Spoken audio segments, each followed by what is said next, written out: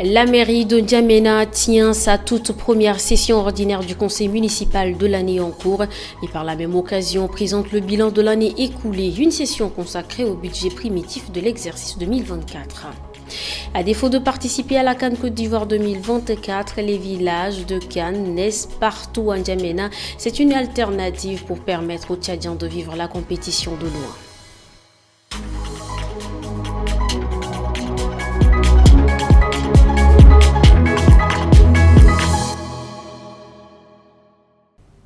Bienvenue, bonsoir. Ce vendredi 12 janvier s'est tenue la première session ordinaire du conseil municipal de la ville de N'Djamena. Session consacrée à l'examen et l'adoption du budget primitif pour l'exercice 2024. Plus de détails avec Sanda Kabdana. C'est la toute première session ordinaire de l'année du conseil communal de la mairie centrale. Une session consacrée au budget primitif de l'exercice 2024, prévu en recettes et dépenses à hauteur de 15 milliards 55 753 585 francs CFA contre 15 milliards 101 753 585 francs CFA en 2023. La maire de la ville de N'Djamena présente le bilan de l'année écoulée. Une année plus tard, le moment est venu de vous adresser de manière succincte le bilan de nos actions. Durant l'année, nous avons mis un accent particulier sur la propreté de la ville, sur l'aménagement, sur l'embellissement et sur la sécurité et sur la coopération décentralisée. Parlons de la propreté de la ville. Nous avons mis à la disposition de la direction de l'assainissement, de l'environnement et de la santé des moyens conséquents pour relever le défi que nous nous sommes fixés. Bilan que le secrétaire général du gouvernorat apprécie tout en demandant au conseil d'aller à l'essentiel et de valider le budget pour permettre à l'exécutif de se mettre au travail. Ces projets de budget qui s'élèvent en recettes et en dépenses à 15 milliards 505 753 000 francs CFA contre 15 milliards 101 753 585 francs en 2023 doit prendre en compte les préoccupations de la population qui sont entre autres l'assainissement, l'éclairage public, le curage des caniveaux et l'embellissement de la cité. Ce projet de budget primitif de l'exercice 2024, élaboré par la commission budget, finances et informatique, prend en compte les réalités de terrain et les exigences de la nouvelle année. Le récit de Sanda Kabdana rendu par Bekoutou Junior par un point de presse fait ce vendredi à l'Observatoire des associations sur le processus électoral au Tchad OAPET interpelle le gouvernement de transition à tout faire pour que les recrutements du personnel et la nomination des dirigeants de l'Agence nationale de gestion des élections et le Conseil constitutionnel soient respectés selon les critères de compétence. Medolinassou. Après la promulgation de la nouvelle constitution en décembre dernier et la mise en place d'un nouveau gouvernement de la Ve République, l'Organisation des associations pour le processus électoral au Tchad, l'OAPET, à travers son rapporteur général, interpelle le gouvernement sur le respect d'un certain nombre de règles et principes devant orienter la mise en place de l'Agence nationale de gestion des élections et le Conseil constitutionnel. L'OAPET interpelle le gouvernement à tout faire pour que les recrutements du personnel et la nomination des dirigeants de ces deux organes indispensables dans la vie de notre pays respectent strictement les critères de compétence, de justice et d'équité, car ces deux institutions doivent être exemptées de toute emprise partisane afin de réaliser le travail crédible et qui rassure toute l'opinion nationale. L'OAPED recommande et insiste que non seulement, comme l'a arrêté le Conseil des ministres, que les chefs des partis politiques soient exclus de ces organes.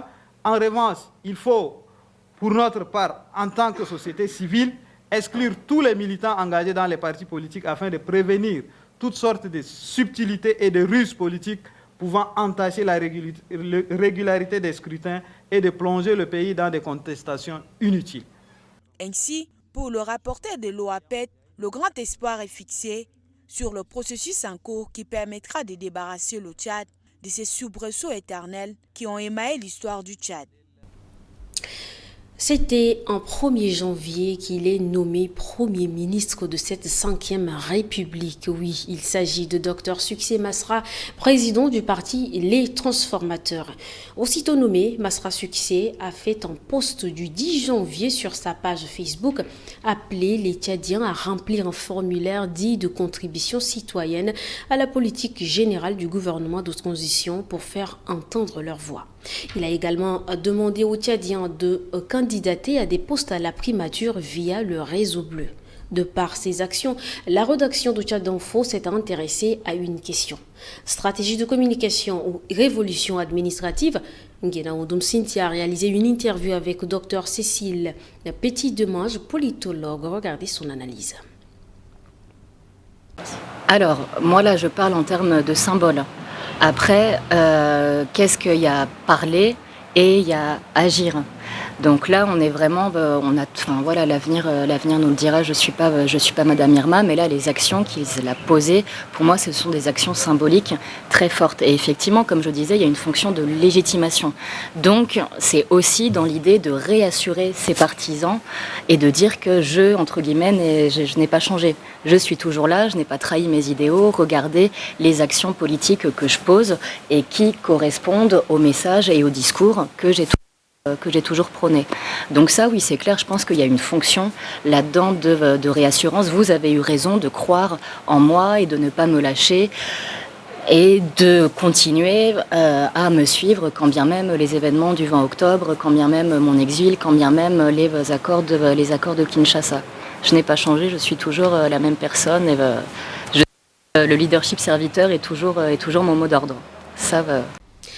Le ministre de l'Élevage et des Productions Animales a présidé cet après-midi la cérémonie de signature de protocole d'accord et de coopération scientifique et technologique entre le Centre de contrôle des qualités des denrées alimentaires Sekokda et l'Université Denis Sassou Nguesso du Congo. Cette cérémonie a lieu dans les locaux du dit ministère. Le compte rendu de Judith Kamtar.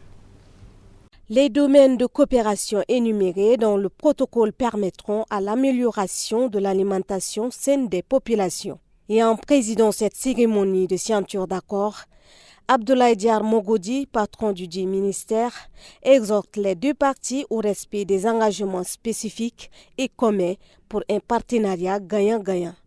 Par cet engagement formel, j'ose espérer que vous ne ménagerez aucun moyen pour donner plein de vie à ces partenariats et répondre à nos aspirations communes, qu'est-ce la croissance de l'expertise des personnels, enseignants, administratifs, techniciens ou des étudiants de nos institutions respectives.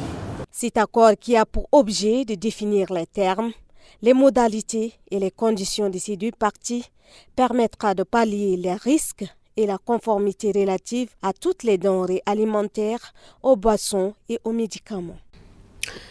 Poursuivons avec l'actualité en bref. Vous la connaissez, cette rubrique qui complète le journal avec des informations phares de la journée.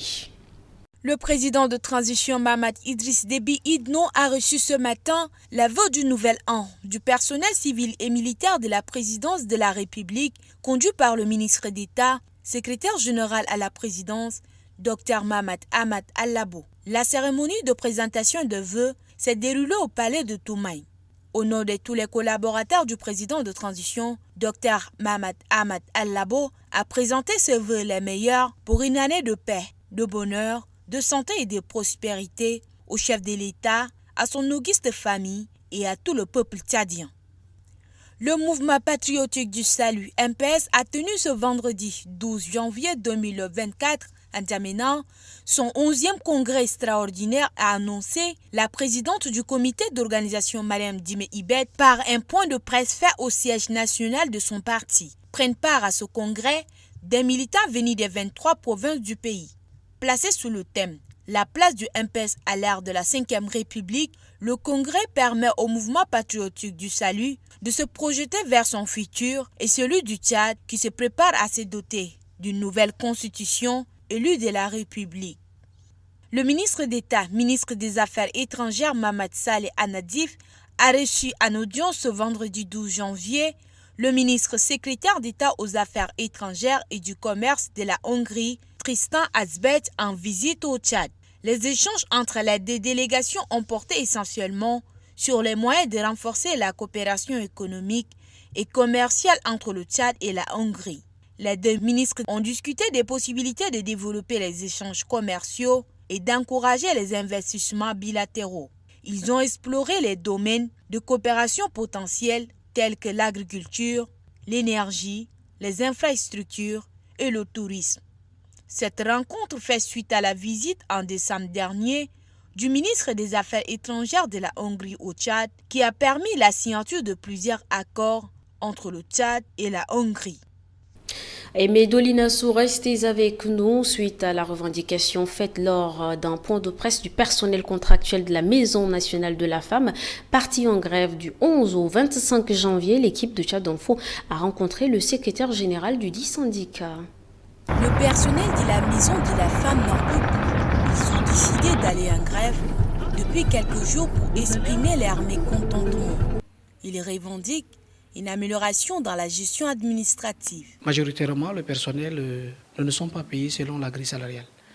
Et la loi, le décret 1111 de 2011, également l'article 69 de la convention collective, dit clairement que tout salarié de l'État ou tout contractuel de l'État doit être payé selon la grille salariale de la République du Tchad, chose qui n'a jamais été faite ici.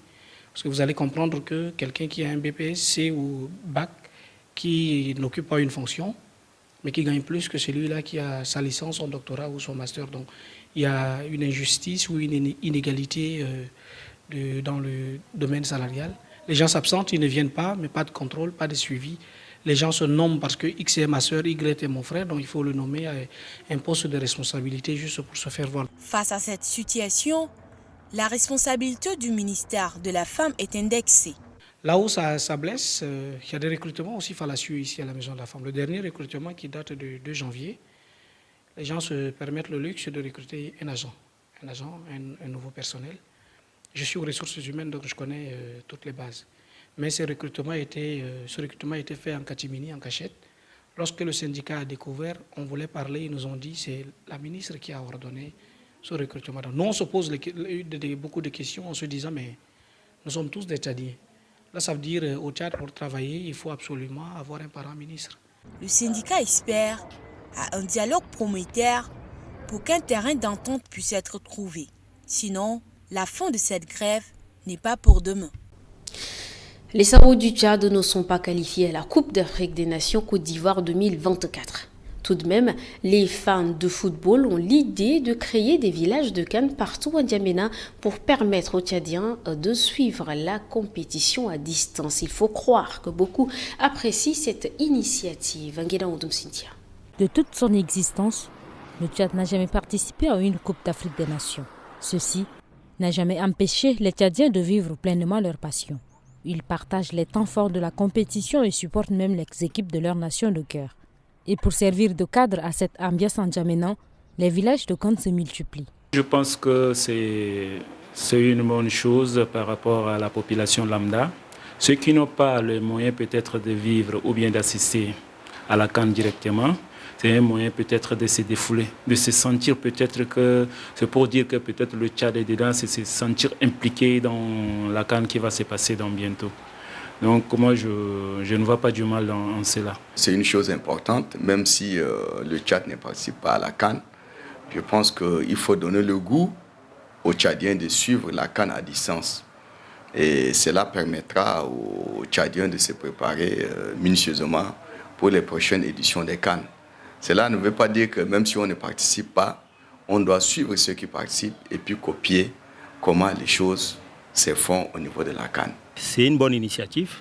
D'abord, il faut intéresser les Tchadiens par le football, bien que le Tchad n'y prend pas part, mais Pour moi, je trouve que c'est une très bonne initiative. Ça permet déjà aux Tchadiens, comme je l'ai dit, de s'y intéresser et de se poser la question que de tels événements peuvent demain être organisés ici dans notre pays.